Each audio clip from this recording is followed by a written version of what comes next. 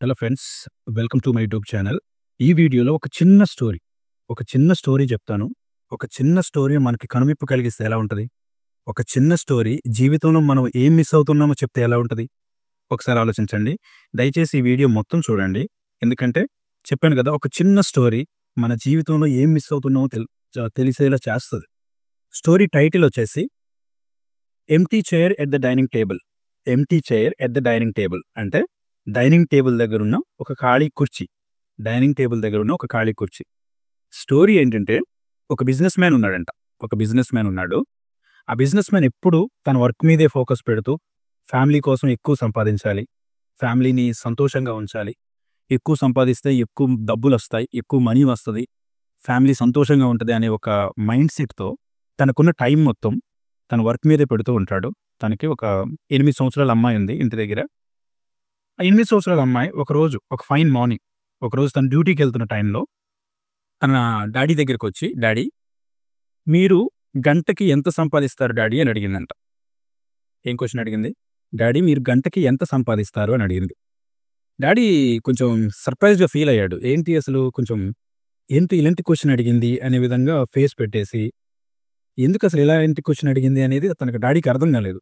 గంటకి ఎంత సంపాదిస్తాను, సరే అడిగింది నా కూతురే కదా అని చెప్పేసి, "అమ్మ తల్లి, నేను గంటకి రూ. 2000 సంపాదిస్తానని" చెప్పాడంట.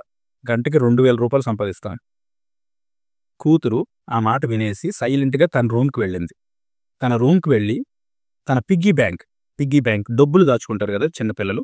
డబ్బులు దాచుకునే ఒక బాక్స్ పిగ్గీ బ్యాంక్ ఓపెన్ చేసి, దాన్ని తెరిచి అందులో ఉన్న కొన్ని ఫోల్డెడ్ నోట్స్, కొన్ని కాయిన్స్ అన్నీ కౌంట్ చేసి ఒక రూ. 2000 వరకు కౌంట్ చేసిందంట.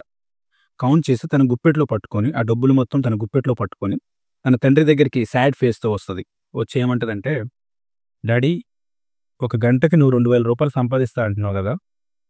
ఇదిగో తీసుకో ఈ రూ. 2000.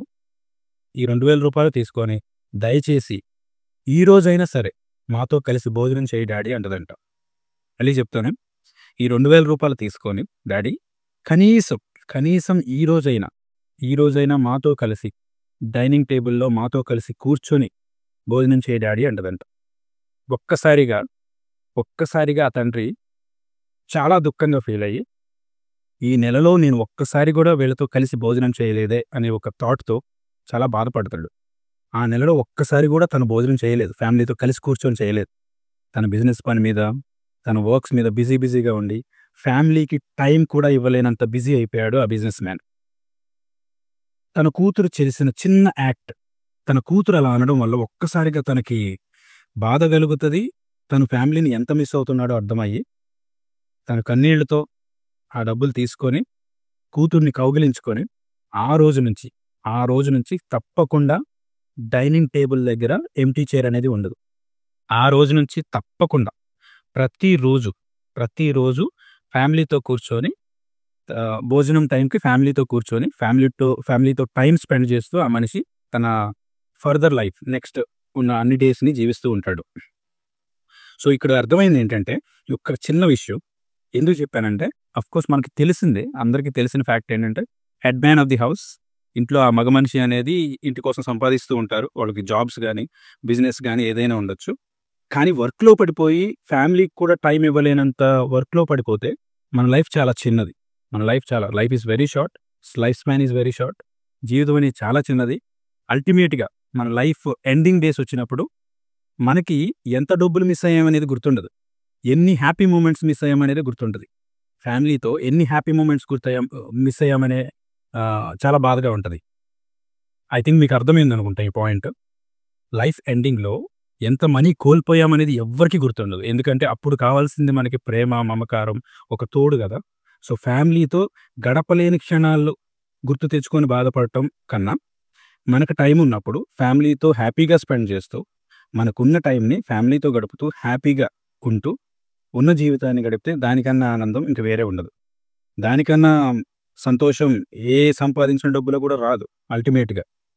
Money can't buy happiness. Only with family members we can be happy. We can be joyful. Only with family members we will be very happy all the days.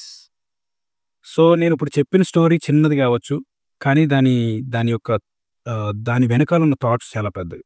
దాని గురించి ఆలోచించండి. మీకేదైనా థాట్ అనిపిస్తే తప్పకుండా కామెంట్ సెక్షన్‌లో రాయండి. కామెంట్ పెట్టండి. Positive comments పెట్టండి. నిజంగా ఈ స్టోరీ బాగుంది అనిపిస్తే ఈ వీడియోని లైక్ చేయండి. అండ్ సబ్స్క్రైబ్ చేయడం మాత్రం మర్చిపోవద్దు. Thank you very much.